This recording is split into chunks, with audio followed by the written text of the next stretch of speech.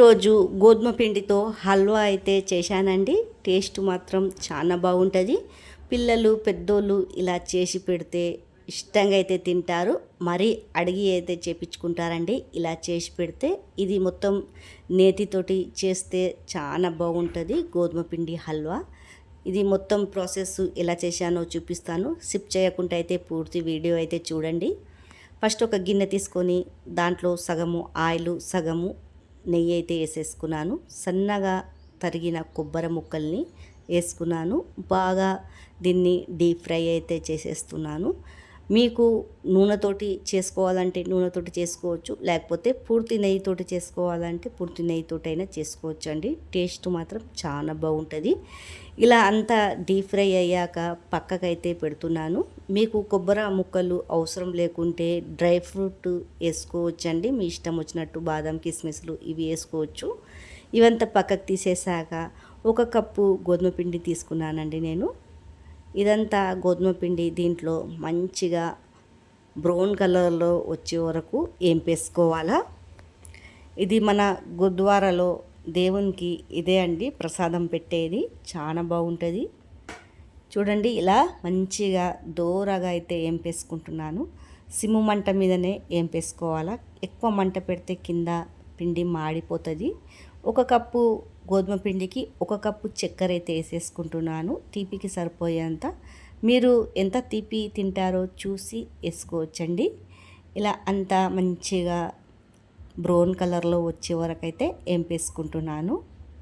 చూడండి ఇలా అంతా బాగా మంచిగా అయితే ఏంపేసుకోవాలా. ఇలా అంతా బ్రౌన్ కలర్లో వచ్చే వరకు టేస్ట్ మాత్రం అప్పుడే వస్తుంది. చూడండి ఇలా మొత్తం బ్రౌన్ కలర్లో అయితే వచ్చేస్తుంది.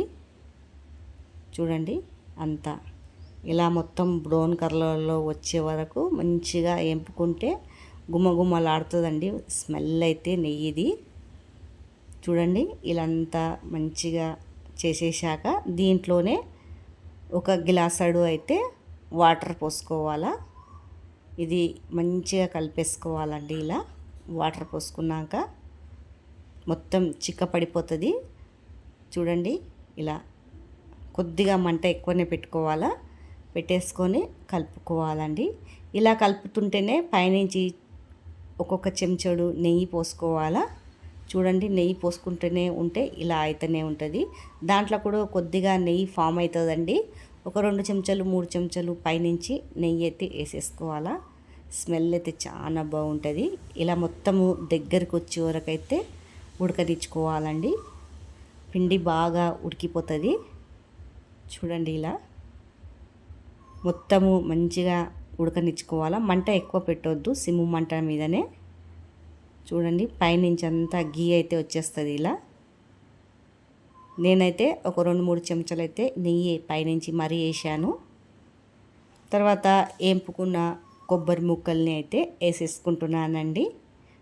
చూడండి ఇలా. మీకు ఈ వీడియో నచ్చినట్లయితే కామెంట్, లైక్, సబ్స్క్రైబ్ చేసి షేర్ అయితే చేయండి.